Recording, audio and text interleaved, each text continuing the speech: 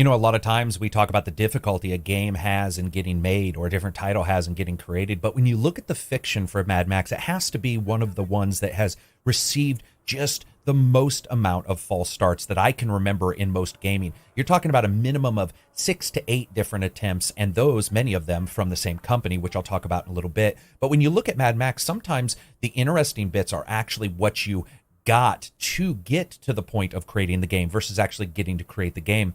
You know, George Miller was not very happy with the NES version of Mad Max that came out, and that sort of burned the bridge between the two entertainment spectrums for him and made him feel that the technology really wasn't ready to show the window into the fiction that he had created when it came to games. This is actually not something that is that unknown. When you look at, let's say, a prolific author like Clive Cussler, he's the Dirk Pitt author. He wrote a large number of books, and he's made a couple movies, including Sahara with Matthew McConaughey. Now, what's funny about that is every time he's made a movie, he's been unhappy with the end result, but he continues to return every couple decades with the idea that, oh, shit must have changed, and unfortunately it hasn't. And I guess we know it must have bothered him a lot because that game was actually made in 1990, and it was made by Mindscape. It doesn't even really exist anymore. But when you look at different titles, different companies who have tried to make titles here, one of the ones that I think that we have to bring up that's always actually been an interesting company to me is Ratbag Games. Ratbag originally started and was sort of how they came to prominence when it comes to Mad Max and in the development of Mad Max or trying to get it developed was Power Slide, which was a post-apocalyptic racer that they made. And I'll make some comparisons to linear or more racing style titles and Mad Max later on. But it was interesting because Power Slide actually existed in a post-apocalyptic world where fuel was short. And I think they traded for like food instead of trophies when you won any of the races. And the game actually did surprisingly well everywhere but the United States. But it did well enough that they actually were ended up given the go-ahead to start working on their second one, which they were trying to do. But unfortunately, and this is a company, Ratbag Games is a company that had a lot of problems in its lifetime. Unfortunately, they had issues and they ended up making games for Walmart. Now, if anybody remembers, going into Walmart, there were a particular series of titles called Dirt Track Racing. These were games that actually Ratbag made, and you'd see their little insignia on the back if you flip that around, that were actually known for a couple things. And it wasn't just that they were somewhat cheap. It was the fact that these guys could turn around a game very well, but they quickly, within, I think it was 5 to 6 months. Now, back then, that was obviously probably going to be something that has a higher chance of happening than now, but that's still quite interesting. But those games were actually known for having quite good physics and really good driving mechanics. And then what happened was Ratbag continued to move on. They made, I think it was called like Return of the General Lee or the Dukes of Hazzard Return of the General Lee, which was made to correspond sort of with one of the, I think it was the 25-year anniversary of that, of the Dukes of Hazzard. And funny enough, once again, it's one of those titles that you wouldn't think did very well, but sort of did undercover, and it allowed them to continue on the side to be working on a game, which at that time, they basically decided to start looking at Mad Max and start putting it together. And we're talking about a lot of similarities to right now. We're talking about convoys. We're talking about car combat that feels a little bit like hand-to-hand combat, which in some elements of this current Mad Max it does as well. And I think that's very cool when you look at how different people have had some of the same ideas as we've moved forward through these decades until finally we get the game we have now. What's really sad to me about Ratbag is they continually tried and they continually had different companies telling them that those type of games didn't sell or they needed to make more Power Slide games, and they ended up not ever being able to make that title. They actually, rumor is, they actually talked to George Miller, but once again, at that time, he was pretty much dead set against the current technologies in video games and just wasn't happy, didn't feel that the video games could offer him the world in which he wanted to offer people Mad Max. And that makes sense in a lot of ways because, of course, once again, you do have a developer, or I'm sorry, a director who is very ingrained in that fiction. They want to make sure to present it in a particular way. But it's really sad because Ratbag never really got to return to it. They ended up going out of business and they were never able to get that game and move it forward and get those ideas and move them forward. And think about it, that's just one of the development houses. Another one was one that we probably know a little bit more of if you're a Mad Max fan, and that is, of course, Melbourne House, which, funny enough, some Ratbag Games people ended up working for. But the rumor is Melbourne House was actually bought by Bruno Banel, which is, at that time, he was the CEO of Infogames. And the rumor is that he bought it because he wanted to make a Mad Max game. That was his entire plan. And in fact, Kotaku did a story where they basically talked to the various people there, and what had happened was people were working on games already. He showed up and he was like, yeah, your stuff's good, but we're going to do Mad Max. And he shipped everybody to a motel, put them all in different groups and had them come up with various ideas. And they also got a chance to meet George Miller. And once again, even though this was at a different time, they did not get him to buy off on the tech. And I think that's a really good place to start talking about tech, talking about game design when it comes to Avalanche and how they basically got people to buy off on them creating this title. And really, you do have to look at the engine. I don't think anybody who looks at Mad Max could say, oh, it's not because they weren't known for having a good engine, because they were when it came to the way they were going to deliver an open world title, and especially an open world title like this, which was going to have incredible draw distances, almost unlimited, across various different locations, a large number of lights, deferred lighting engine, and so forth. And they basically did a good amount of work to the Avalanche engine. They got it up and running, and they were able to get the buy-off to create the Mad Max game. I think the place where we should probably start is particle effects, which we see right now. Particle effects in Mad Max are actually used really intelligently, not only to display things like the damage and the dust and the debris and the sand, and still run well on consoles as well as PC, which took a lot of work from the Avalanche team, but also the fact that as we go out and explore, I'll show you some locations where you find out that they use those systems as a visual indicator of something interesting occurring. A little bit like a Fallout 4 where you see something over a hill, and we always have that saying in Fallout where it's like over every hill is 500 different battles, which is true. But in Mad Max, there's the addition of these particle systems, the smoke systems, and the different visual tell that also alert you to something occurring.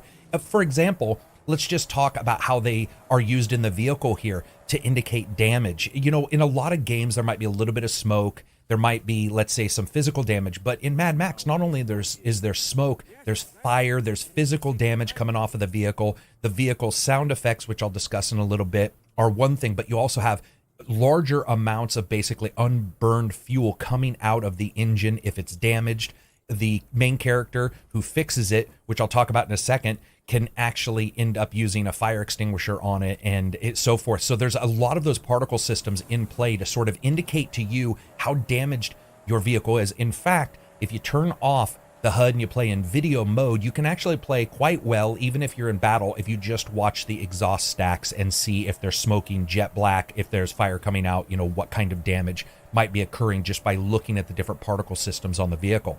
And I think what that does, and it's something I'll talk about, is it elevates that vehicle up a little higher when it comes to its importance. So we'll discuss that for now. We'll jump away from tech for a second. We'll look at how Mad Max sort of delivers its gameplay. You know, when you look at each game, they all have various different elements. You've got the open world elements of, let's say, Skyrim with magic and fantasy and different creatures doing different things, different wildlife systems.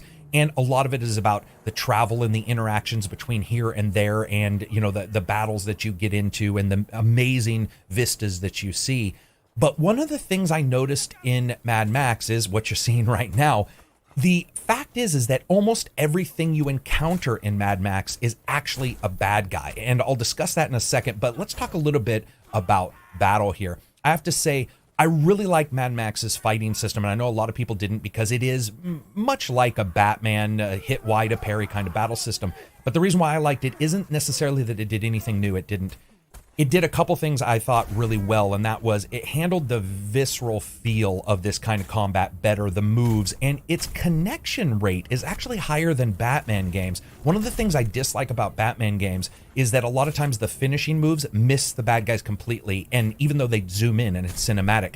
And here, you can have them interact with the background, you hit them fully, and you end up almost falling from the weight, and it's just some crazy stuff. It's a really good amount of and there we go, like the guy rolling over, that's cool, and falling down. So I like those systems. I like the way they work. I like the way they interact, and it's that violence that you see within this game world that I think sort of changes the way Mad Max feels versus, let's say, a Fallout or another title. One of the reasons why is this: the distances that are in Mad Max are pretty incredible. They're pretty long, and you know that almost every single thing you see that's moving in Mad Max is an enemy, and not an enemy where you can gather equipment from other than salvage. You know, in a lot of games, it's like, oh, I can kill this guy because I need an elk liver. I can kill this thing because I need a magical horn. the salvaging that's done in Mad Max is scrap, and that's pretty much it. And that scrap is in most locations. There's a little bit on some people who drop it, but you can't, let's say, grab a weapon and scrap the weapon like you can in a lot of games. You can't do those kind of things. So what happens is everywhere you go in the game, almost every place you go is stretches of desolate travel and then interacted with violence, whether it be enemies you face or it be places you go to finish quests. And it's that different taste. It's not exactly different because we've seen, let's say, Far Cry's, some of the Far Cry's have sort of handled this way, but they didn't have the interaction of the vehicles, where I feel that you have two types of interaction. You have the on foot and you have the vehicle interaction. And because the vehicles are so ingrained as their own sort of characters, you feel like they're not necessarily two separate things, but they actually instead feel like one overall thing. And talking about why that is, I have to say, I think a lot of it is the graphic design. So we're down here and we're looking inside of this room. And in a lot of these locations, what you're going to find is repeated models, textures, items, mostly models you're going to notice, and items that are actually repeated across the vehicles, and vehicle items repeated across the locations. And I think that that does an excellent job solidifying the fiction of this almost motoristic religion already that Chumbucket follows, who is the guy that's in the back of your cars, which I'll talk about in a little bit. But it also has the feeling of a scavenger religion, of a scavenger location. We see this in a lot of games where they try to pretend you're scavengers, but really there's so much shit that how could anybody really be worried about scavenging if $10,000 worth of stuff is 2 inches away? Well, that doesn't really happen in Mad Max. There's a different feel to it. You can't break things down. And there is a desolation between those locations, but then when you get to them, there's a connection. Like, even if you look at this vehicle, you'll see different parts on this vehicle that are then mimicked in the locations, in the forts, and you'll see people working on those items in forts, especially like rims and upgrades. You will actually see a lot of these items in the forts. You can see the gang sign in the back here. That gang sign is in many of the gang hideouts. And I really like the idea of that layered use of different items within a game to make you feel like it all makes sense. You know, one of the things I talk about is past, present, past kind of gameplay, where I like to feel that when I arrive, something has just happened or something's happening.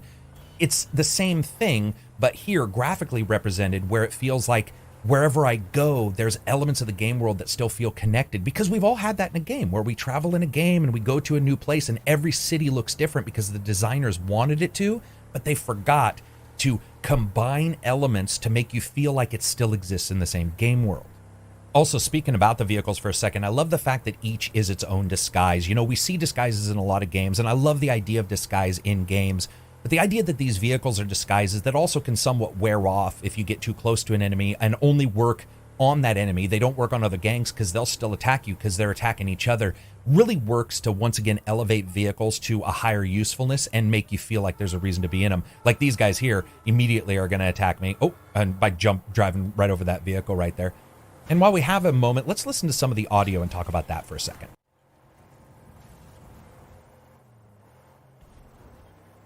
Now, hopefully that worked. What I tried to do was do some circles there so you could hear some of the 3D sound separation.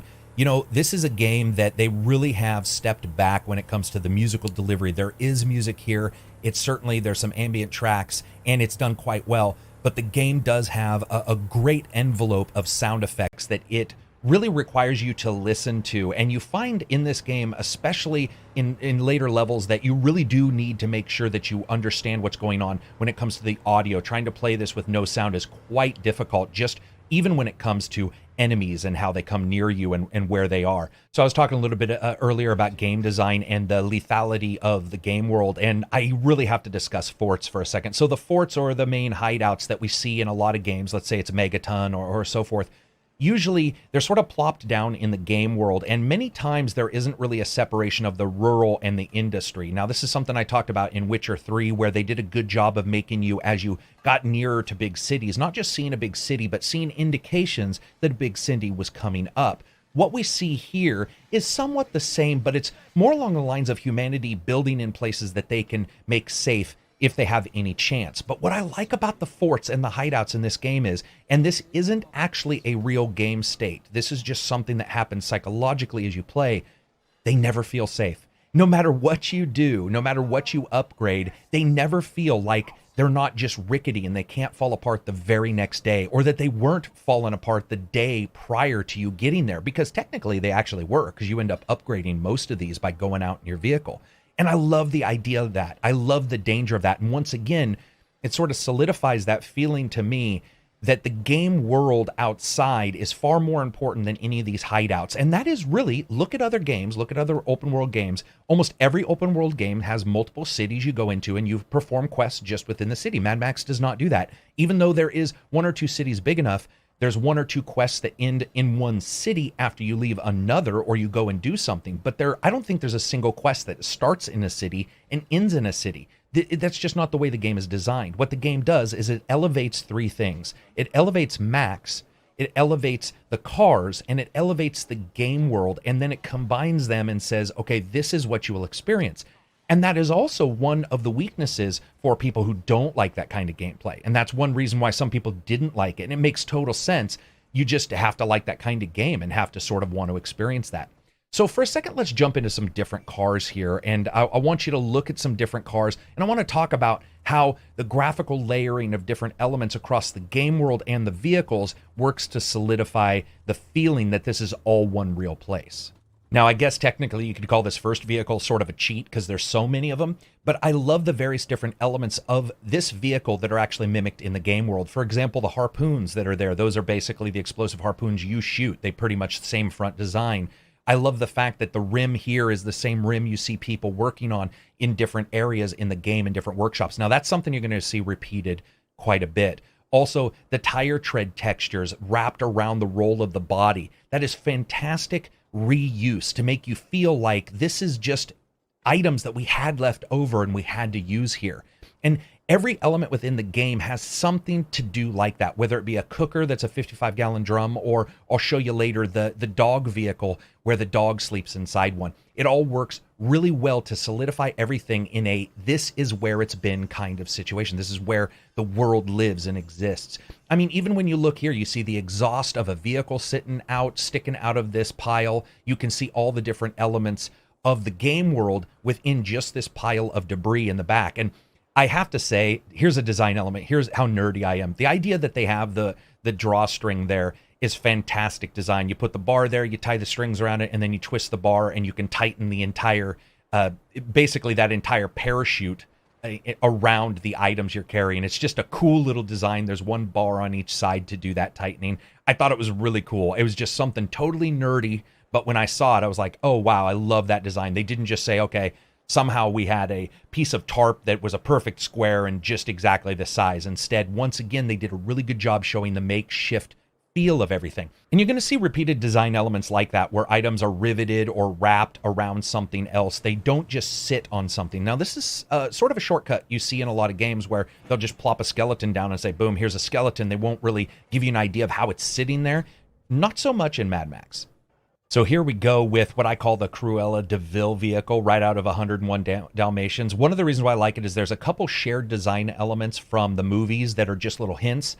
And I also like the fact that design-wise, it's got some crunchiness to it that really impacts my feel that it's a real vehicle. For example, the rims and the way the metal is actually attached to the rims. One of the things you notice in modern games as we move forward is rarely do you have to use a texture to fake something. You can now, put an item, you can put a metal plate on another metal plate if you want. But you can see these rims with multiple rivets actually right to the rim itself and then the protective base there. And then the blower, which is sort of a callback to the Mad Max movies and stuff like that. And it's funny because a lot of the vehicles have engines showing, but they don't necessarily have that blower, and I like that.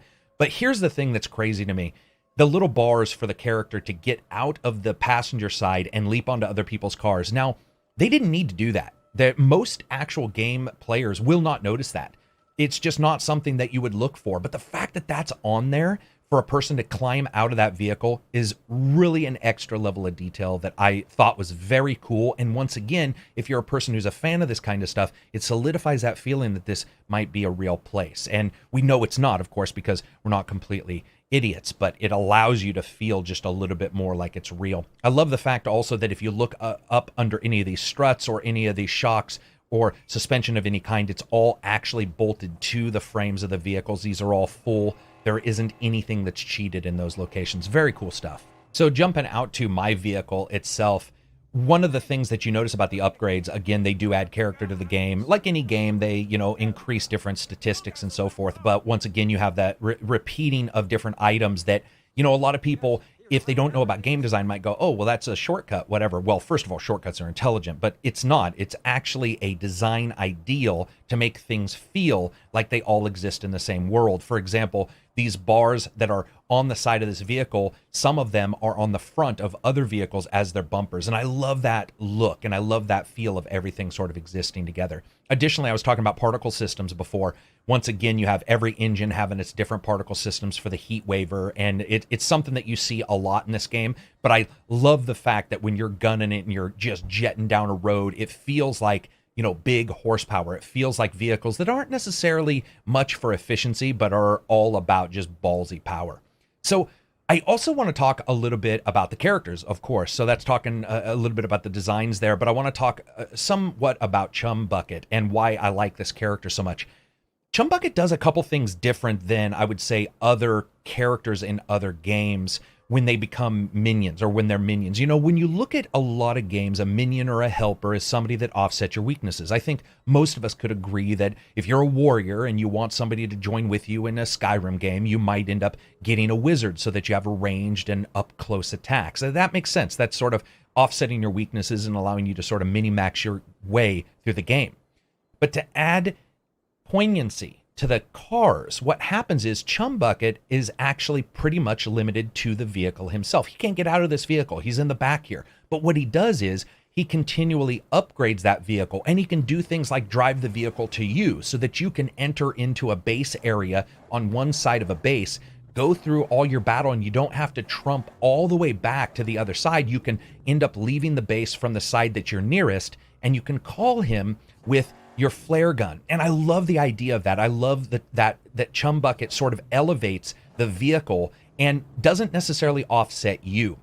It would be the same. The only way I could describe it would be the same as if you had a fantasy game where you had a horse tender. Somebody was always making sure your horse was groomed, but even that doesn't really make sense. You see a lot of similarities, I think, in this vehicle here, a little bit with maybe Red Dead horses, except even in the game here, you have upgrades like the sand tires and so forth that actually physically change the way it handles. And Chumbucket is a part of that. And I think that him upgrading, him having the sniper rifle in the vehicle and removing him when you jump to those other vehicles and use them as a disguise really works. It would be weird if he was sitting in the back of your vehicle and people allowed you to just drive by, right? It wouldn't make a lot of sense.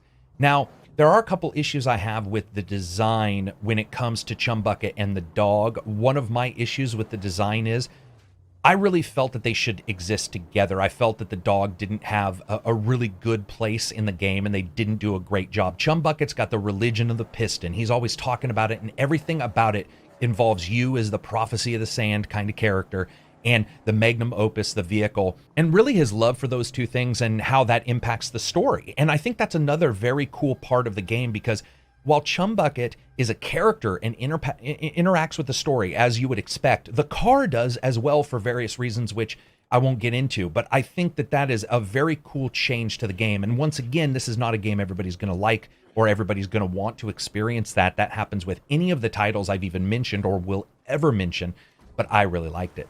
Now, I want to talk about gameplay a bit. We'll get back to characters in a second. I have to say, I really like the dichotomy that occurs, or it's not even really a dichotomy, it's more just the gameplay curve that occurs within Mad Max when it comes to start versus finish. When you start the game, you don't have any disguises, you're just your vehicle, and it's a weak vehicle, you don't have a lot, and most of the time you're running. And then what happens is, at a certain point in the game, you become what I consider a slightly different version of Mad Max, or a different version of Max than has ever really come before, and that's the Hunter. And that's how I feel up here.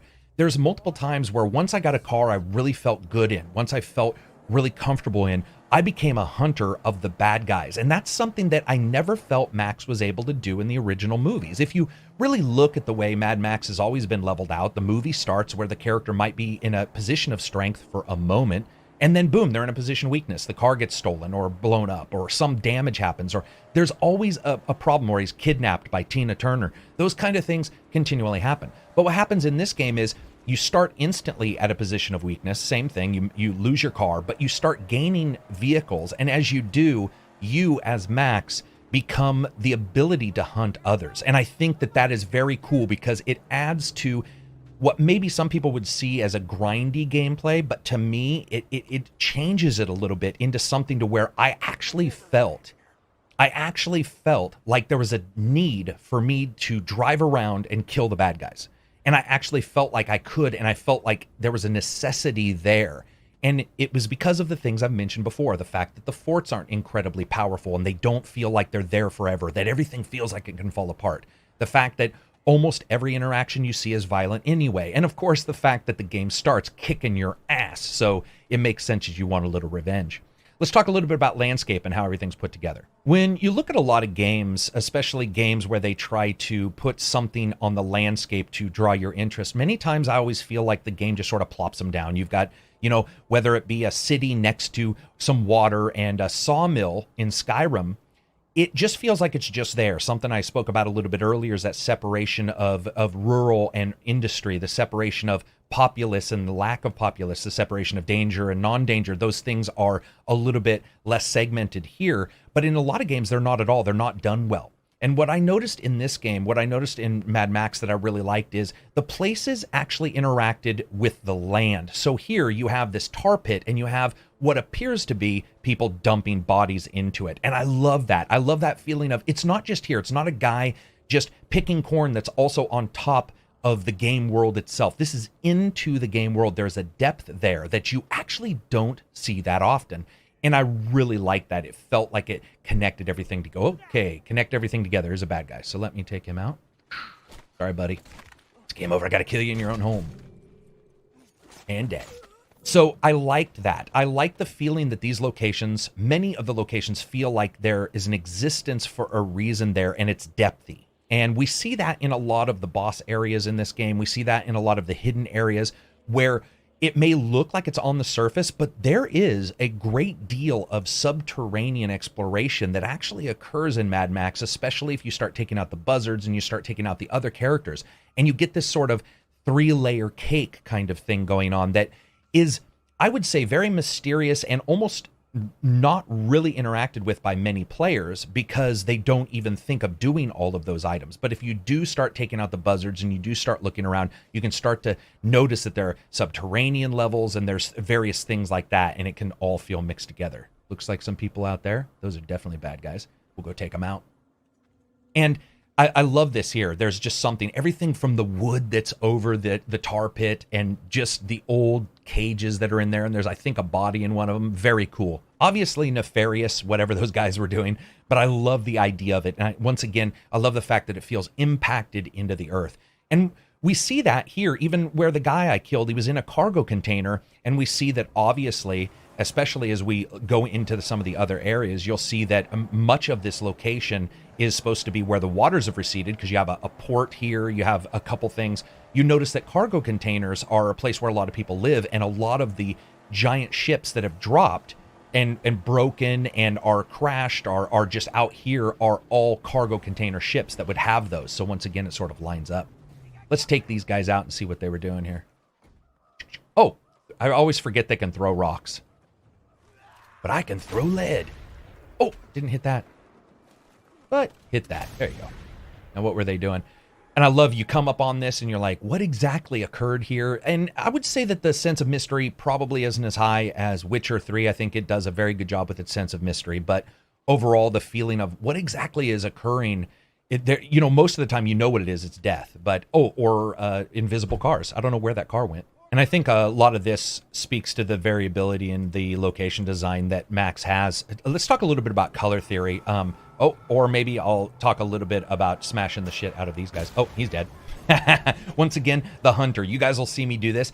I cannot play this game without hunting people. Whenever I see an enemy, I have to destroy him. And it's rare for me. I usually don't feel that. But especially because the game offsets you at the starting, where it always feels so dangerous at the starting of the game. I feel like there's a sense of revenge that I must get back at people. I love the fire systems in this game. Done really well, of course. As we know, they can do those systems really well anyway, but just very well done. So again, a little bit about color theory as we see it right there. And not color theory as it's tied to go in and mix in your favorite paint job at Lowe's, but actually color theory as it ties into psychology and the idea that different colors cause people to feel different things. A lot of people look at a game that's based in a desert, and I certainly did when I played Fallout the first time. I thought, this is a brown simulator. This is it. It just doesn't have enough variety, and only upon great exploration did I find it. What I like about Mad Max is the variability in the color, especially in the locations, is done really well. And while some of the locations aren't necessarily holding to what I would consider to be a somewhat realistic overall, rock strata and stuff like that, some of the stuff is a little crazy. But what happens is the color changes that subtly occur as you're traveling like we are now, and you're going between locations and night and day, but certainly more even interesting when it comes to locations. I got to kill these guys. Sorry, guys. Like I said, what happens is you have a feeling that there's more variety here. If you talk to somebody from Sedona, or you talk to anybody who lives near desert areas, it's not as drab as I think a lot of people think. There's a lot of color and there's a lot of variety, but it's in a different way. It's in different hues. And they did a really good job in this game delivering those to the game player in the subtle traversal, because once again, you have this desolation. You have Max and Chumbucket in the car, brothers to the bone, just driving through this dangerous land. And almost anything they see is going to be dangerous. Anything they see is going to be an enemy, most likely. But at the same time, you're seeing these beautiful landscapes that slightly adjust their color. Speaking of that, let's go down here. This is one of the locations that hints, of course, to this being basically a seabed that you're driving across in some of these locations. And I love the breaks there. And you'll even see, I'll try to find it, you even see coral and stuff like that. And some people didn't pick up on this. I think most people did, but I feel it's well worth discussing. You can see seashells there. You can see coral from a coral reef. And I think on some of the rocks even, you can see barnacles and old barnacle marks there from barnacles along a seashore. It's just very, very well done to differentiate each location, and especially in locations that are difficult originally for a game to differentiate anyway. It is difficult to sort of set those and make them feel different when they're all a desert. And I think that the Mad Max developers did a fantastic job on the lighting system and on the system of really making these places feel different. And it's not just color, it's even the debris here and the way these are set up. These pretty much only exist in these kind of locations. And what that does is it gives you at least 2, if not 3, visual offsets for each location to sort of remind you where you are in a game world that could be, I would consider, a little bit confusing if they weren't so good with their design. So I was talking a little bit about plot before, and as we drive around, I'm going to talk a little bit about it more. I've talked about 2-lane game development, or the gameplay development within a game, which is basically the start of your game is at 0 point, the end of your game is 100 miles away, and you need to get a game player from start to finish there using both gameplay and story as a 2-lane highway. And each one of those highways can carry 100% of the traffic together to get you to the end. So if the gameplay is only at 10% because the story is at 90%, that's fine, but they have to hold one another up. They absolutely have to, because if they don't, you start to notice issues or congestion, basically. And what I noticed with Mad Max is it has a tighter line for what I think gamers consider gameplay than some of the other titles. There isn't the ability to break down items, as I've discussed before. There isn't a magic system. There are various other elements of this game that don't actually exist, and 2 or 3 that do are not leveled up to, I consider, the potency to make them feel as if they're really adding to the gameplay mixture. And I think that that's what caused a lot of people to sort of question what was going on. For example, if you look at the water and if you look at the gas and you look at the health, this is something that I'm sure a lot of people are chuckling right now. But I mean, the water system and the gasoline system really fall apart very quickly. Even with just 1 or 2 upgrades, you really don't need to worry at minimum about gas. And once you get a couple upgrades in water, your canteen it's not always full, but it comes to the point to where you almost never have to worry about your canteen being full. And so you are missing some of the elements of some games, and the elements that are supposed to replace them didn't get leveled up to the potency that I felt that they needed to be to sort of make you, like I said, not notice the other elements missing. And I think that for a lot of gamers, that is one of the places where Mad Max certainly feels leaner. And I get that. I completely agree as well. It didn't bother me as much because of the way I interacted with the game, but I certainly can see it bothering others. I think what we'll do is we'll go in here and we'll upgrade a couple of these items in the forts. Once again, you have another fort here with just a couple different changes to sort of indicate that this is somebody else's with the color swaths. And I like the fact that in some locations, depending on where they are and what their outside environment is, their setup is different. In a lot of games, you'll see a city or a town and you'll like it, but you'll sort of go, why is it there? Like, that doesn't make any sense. It sort of doesn't make sense. Or why is this designed this way where nobody worries about water because the roof is open, those kind of things. What I like about Mad Max, once again, is that feeling of reestablishing locations. And I talked about this before, that it feels like everything's dangerous. It's because all these locations, none of them are built. A lot of people don't realize it, but as you play the game, you start to pick up the fact that none of these places are built. They were pre-built. Even in Fallout 4, you have places that are built. But here, almost every single location is already there, and people just inhabited it because it stopped them from dying. And that's what I like so much. Even when you upgrade these places, the upgrades are to the point to where all you see in a couple places, no lie, when you upgrade, is basically their ability to sleep. So really all you did was basically allow them to stop guarding all the time and sleep for a second. So one of the things I want to do is I want to jump to another location and let's talk about towers. Now, we talk about towers in a lot of games. People don't like the Ubisoft towers. They don't like the towers in this game. They don't like the towers in this game. Does any game have towers? We all know it and we all get it. And I understand that. One of the things that I did enjoy about Mad Max is how different each location was that I went to. I could tell you right now, almost every one of these towers, I could tell you a story that happened or something funny that occurred as I fought my way up to the hot air balloon, especially this one where I ended up killing almost every single person with a shiv, and it was just gnarly. It was like the Mad Max knife fighter, and I loved that feel.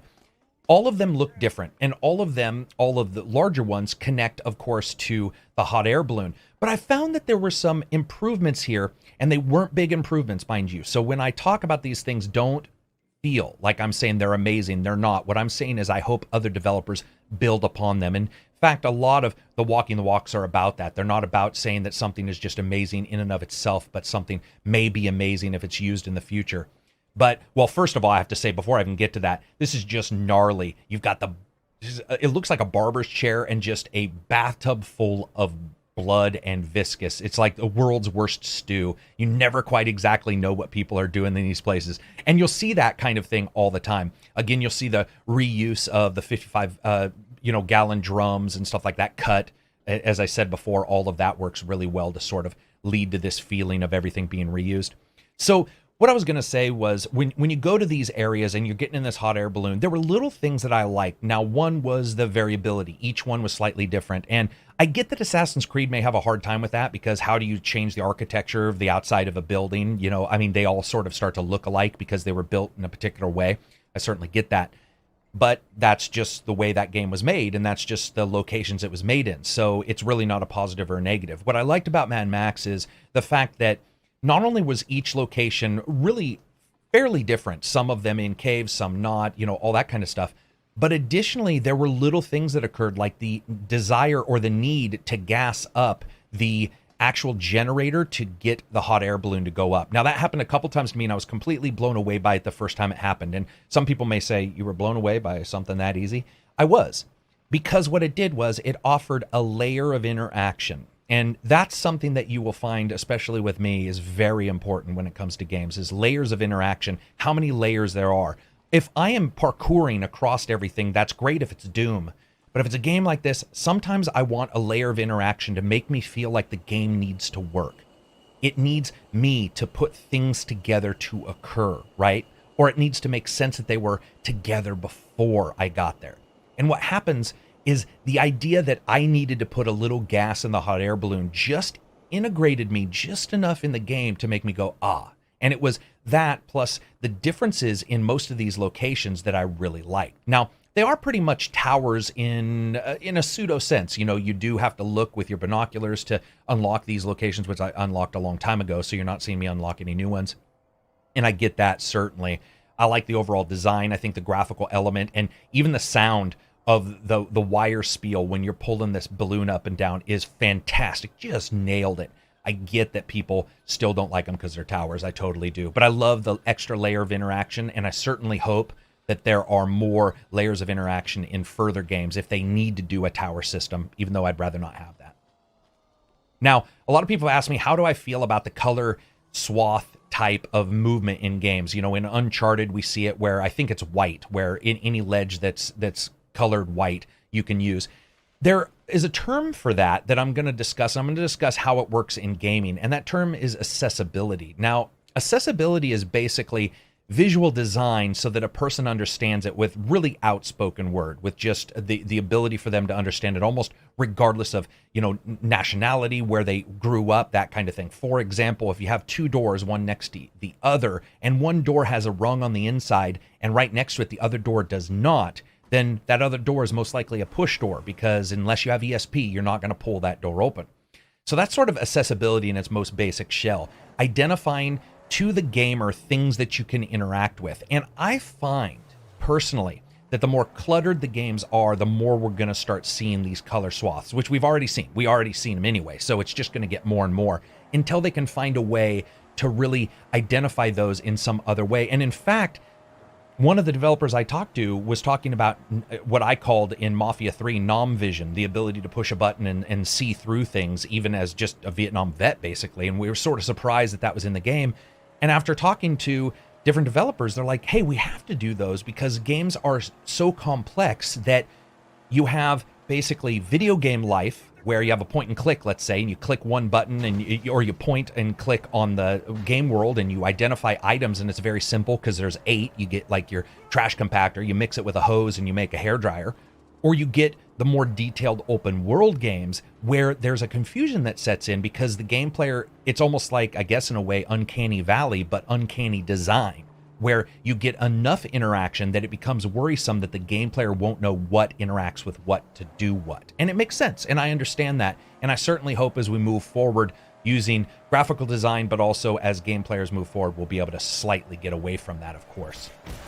Boom, you are dead. I love it. Like I said, I got to hunt these guys down. I just love leaving a pile of debris and the way everything explodes and just feeling like, you know, those guys were there. They were getting ready to prey on somebody, but I stopped and I showed them what's what. So I was trying to explain a little bit about how the game world feels like, you know, you're re-inhabiting areas. And there's one particular place I wanted to show you guys that I felt that the design was really well done. And it's a little diner that I want to get you guys to and just walk you through some of the stuff to see. Oh, the little buggies. I love these vehicles. The crazy thing about the buggies is they really do show the differences in strengths in some of these vehicles. I mean, they are mind-numbingly fast. They are not the straightest off the mark or anything, not the fastest off the mark, but once you get one, they are just mind-numbingly fast. And what's great about their design is when you actually look at their design up close, you can see where the developers made it look like somebody may have cut items out of them to get them to go faster. Even their windshields are pared down, their doors are thinner, all of the dials and everything are removed from the inside. Those some other vehicles are as well, but it definitely looks like somebody purposely made it lighter and everything's just cored out. It's just crazy. Actually, I'm gonna go ahead and reset this here, and then we'll use it. I love this little sucker. They're a little difficult to control, but they're absolutely fun to drive. And this does show, I think, a small weakness in Mad Max as we get to this diner. It does show a small weakness in Mad Max that I wish you could have more vehicles, because you can only, I think there's only 5 or 6, I can't remember, 5 or 6 main body styles. But I would have loved to have been able to get all of these and drive. Oh, yep, here it is. All right. So this is a pretty cool location. Once again, another one of the towers, but again, so different that I wanted to sort of talk about some of the interactions. For example, you have the bracket interactions where you have to basically break off moorings that enemies have put on so that other people can't use these. And this is an old diner, it looks like, of some kind. And I just love not only the location, and it certainly does have, I think, a Fallout feel, but I love the way everything is set up in it. And it was one of the first places I found in Mad Max when I was originally playing it that I was just like, oh, I super enjoy this. And I love the graffiti in some of these locations that is just crazy. Also, as you look within the game, I'll try to point some out if I see them in here, but there are things within the game, whether it be decals, whether it be, you know, illustrations or something like that really speak to sort of, in a weird way, the violence here. I love that it's a coffee cup and then 2 skulls. It's like, hey, everybody, we need 3 skulls for the door. And somebody's like, you know what? Let's use your coffee mug. Okay. And then you've got all of this graffiti here and the blood splatter on the wall. It's like, what happened there? And why is it so high? Like, did somebody get shot in the groin from somebody else who was laying down underneath them? It looked pretty gnarly. And then you come out into here. Just very cool clutter feel to everything. I also love all of the candles that are on the strings and ropes, because when a heavy storm hits, and hopefully I get some of that footage, I don't know where I should go for a heavy storm, but if a heavy storm hits, it is insane. All of the different items that are hanging sort of move around. Let's listen to the sound for a second. Actually, no. For a second, let's talk about the awesomeness of this.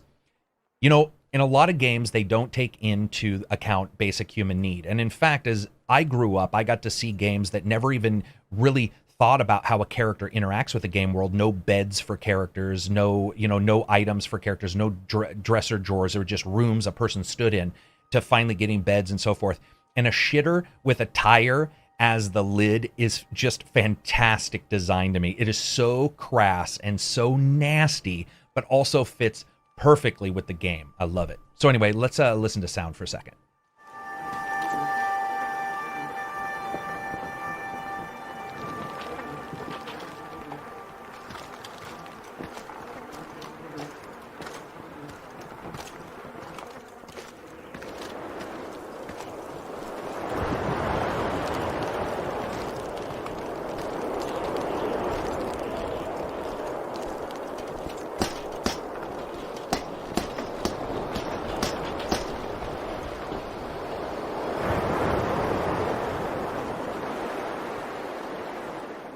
So at the starting there was a little bit of music, and once again, game's really lean. But what I love about this title is just stellar sound work. For example, not only is it wind blowing, but if you listen closely to that part again, you actually hear particulate hitting the sides of the microphone to make it sound like dust and wind blowing by. This is probably the world's worst shish kebab. You know you've got a shitty life when you're using a toilet and a piece of metal to cook your food in. That is just nasty. I love the design, though.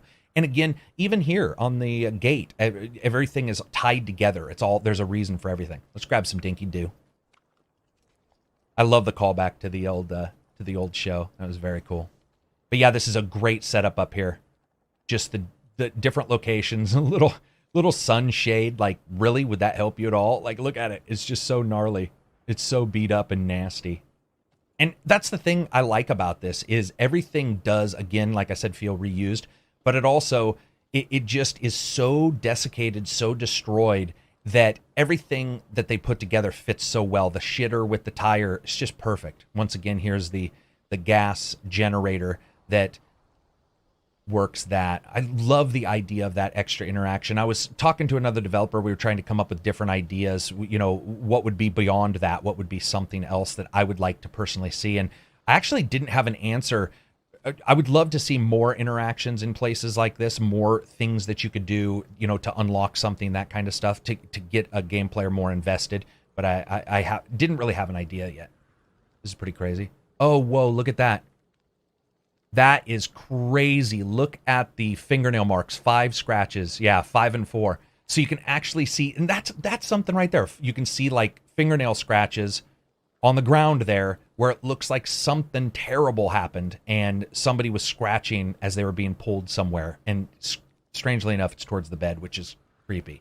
That is gnarly. I don't know if I've seen that. Yeah, very cool little elements like that. And I like it because that causes you to question, you know, what happened here. So cool. We'll come down out of here. But talking about sound design for a second again, you know, when you get a game like this, you get a game that is going to step away from the big musical score and is going to go more towards the stereo sound and more towards the audio, especially when, you know, you are driving a big honking vehicle, that kind of stuff, and you really want to make sure that those things are elevated up.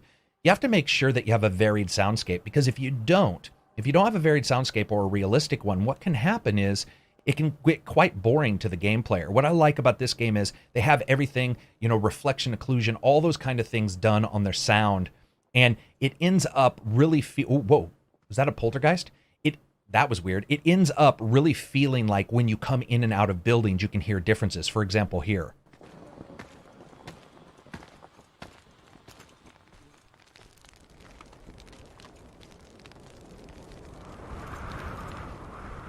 Yeah, that's excellent. Even the wind being a little less truncated there the moment you step out, and everything sort of opening out in front of you and then rolling behind you as you walk out of that doorway. Those are things that, sound isn't incredibly easy. If you get a chance, maybe check out some of the papers done by the people who did Gears of War, the most recent Gears of War, and they talk about their sound system. It's insane how difficult sound systems can be to allow for various different elements in a game and get it to work. When you think about you're recording a movie, what are you doing? Well, you're putting up different microphones and then you're putting them together into the mix. It's not the same thing. It's not as difficult because in a game, that sound processing requires processing. That's the term. So it actually requires CPU. It actually requires power to do so.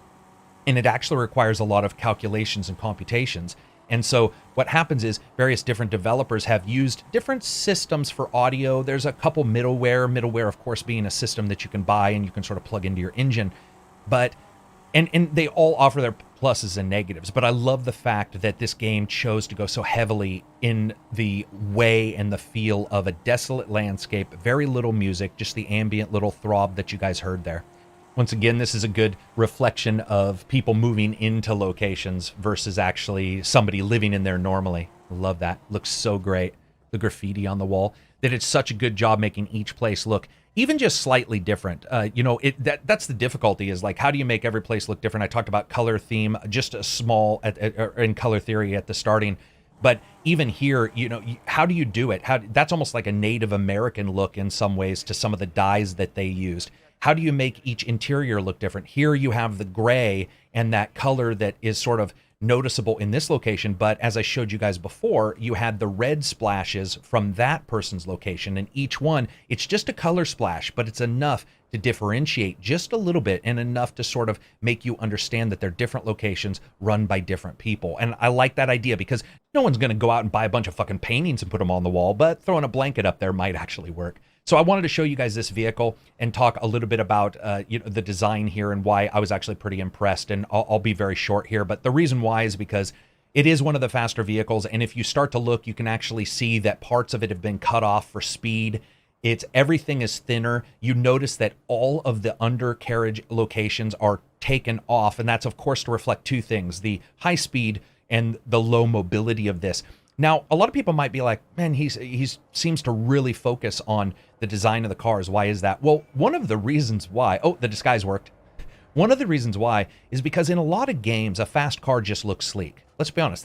A lot of games, that's the way it is, right? A fast car looks sleek, but the brutality of the design doesn't pass all the way from the shell to the inner core, that kind of stuff. But in Mad Max, it does. And this is a game that necessarily didn't set the world on fire. It did well sales-wise, total, but it didn't really set the world on fire, and some people had some issues with it. And yet at the same time, and I certainly do, I still think that there are design elements, especially within the game world, that really impress me.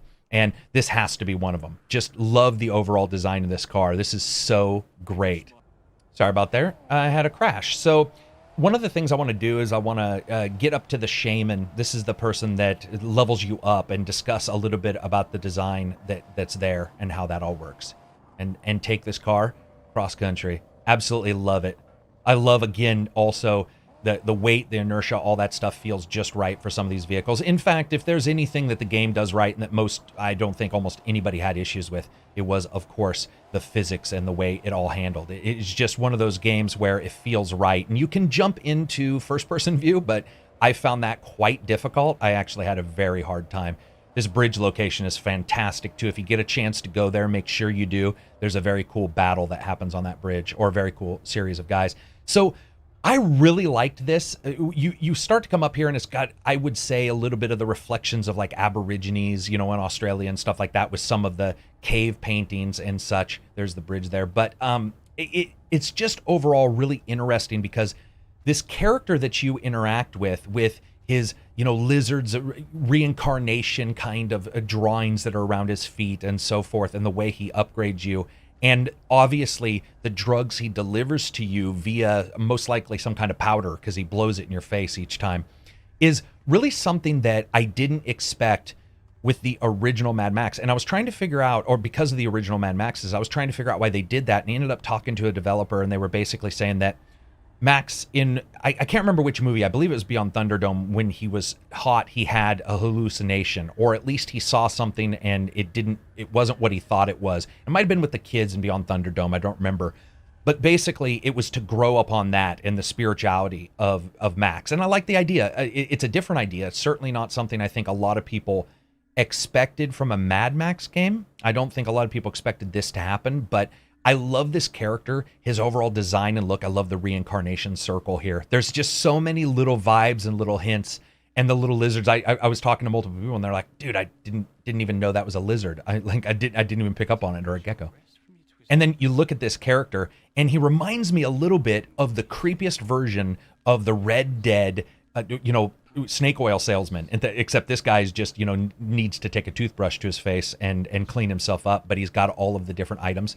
Now, also, if you listen to him, there's definitely a moral to this story, which we also know, but I love the fact that some of the characters will basically give you different little verbal hints of what's going on. Like he'll say something like, oh, you've stopped on your quest to do this. And there's this subtle interplay of the violence that Max has and feels.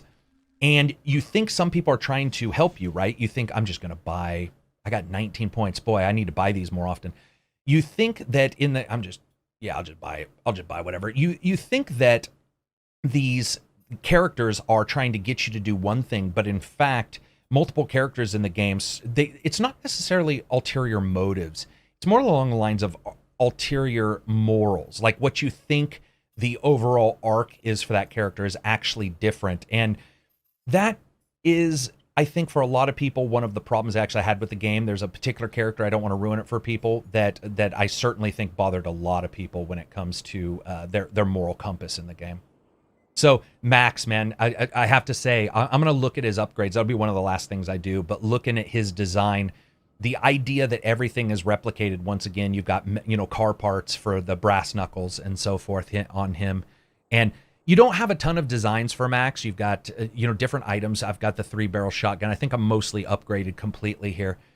But for Max, you have everything from the short hair. You've got, the racer style paint, face paint and so forth. And it's very cool because there's not a ton of them, so that you get a Mad Max that doesn't at least somewhat feel like it's the character you would expect, but you also have just enough choice that you want to engage with it at least a little bit, so you can sort of say, oh, hey, this is what this character has. This sort of makes sense in Max's way. And actually, we'll take a gander at him real quick. Max. Doom.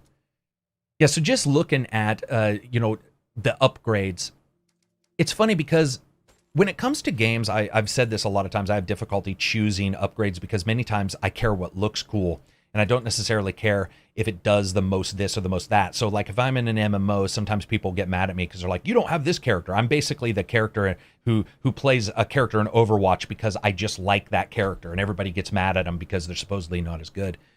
And here it feels like you have just enough that whatever one you want to upgrade matters. And they also have a lot of that repetitive modeling that I've talked about before. You've got ratchets and you've got pistons and you've got spark plugs, all different items that can be used in the armor.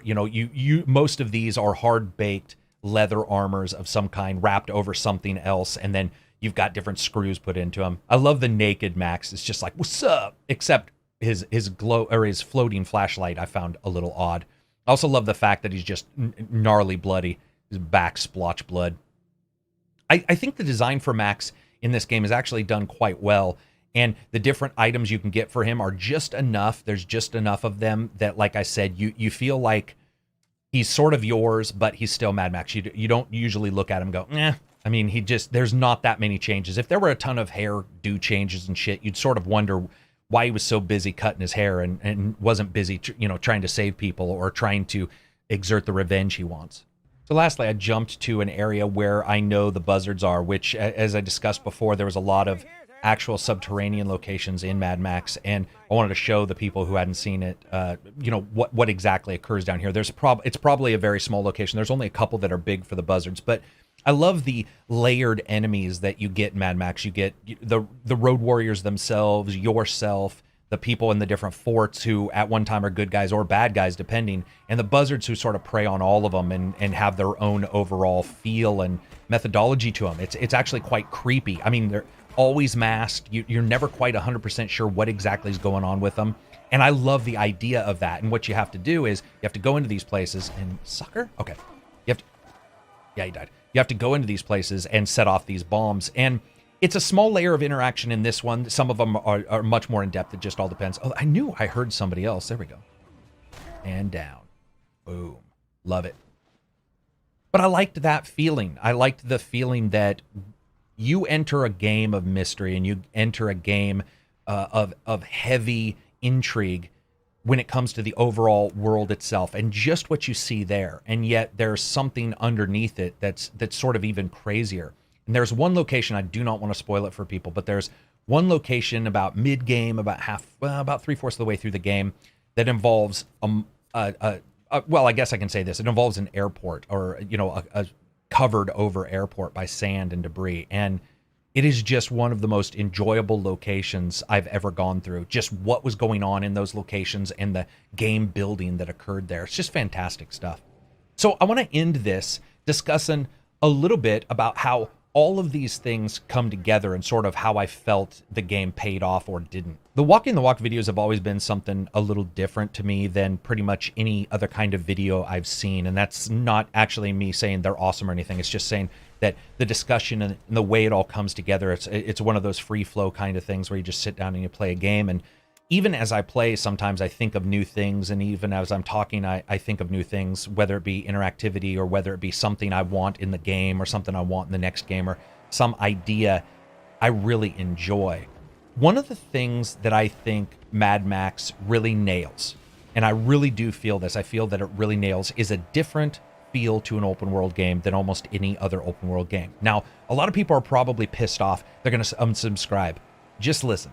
I'm not saying a better one. I'm saying a different one. And I'm saying that a lot of games don't feel different. They don't, guys. You play them and there's a general feel to them. And I'm not saying this feels completely different.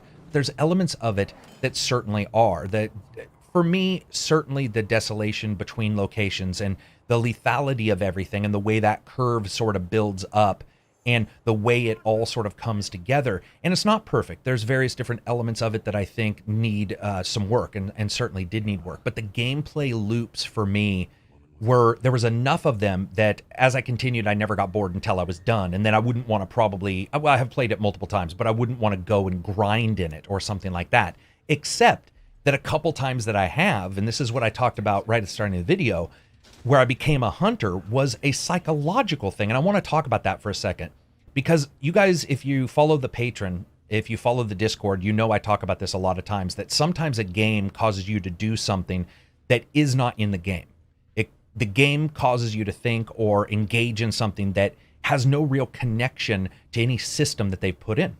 So what happened for me in Mad Max is the hunter style gameplay. Now, I've talked to a couple developers and I said, did you expect anybody to just want to park on top of hills and take people down? And he said, yeah, a little bit, but we've had multiple people who that's like one of their major things that they absolutely love to do. And I said, it's weird to me. I think it's a mixture of the fiction movies. There's already been multiple movies where people have been killed by these bad guys. And so there's this additional whatever feeling and emotion that happens if you like the movies.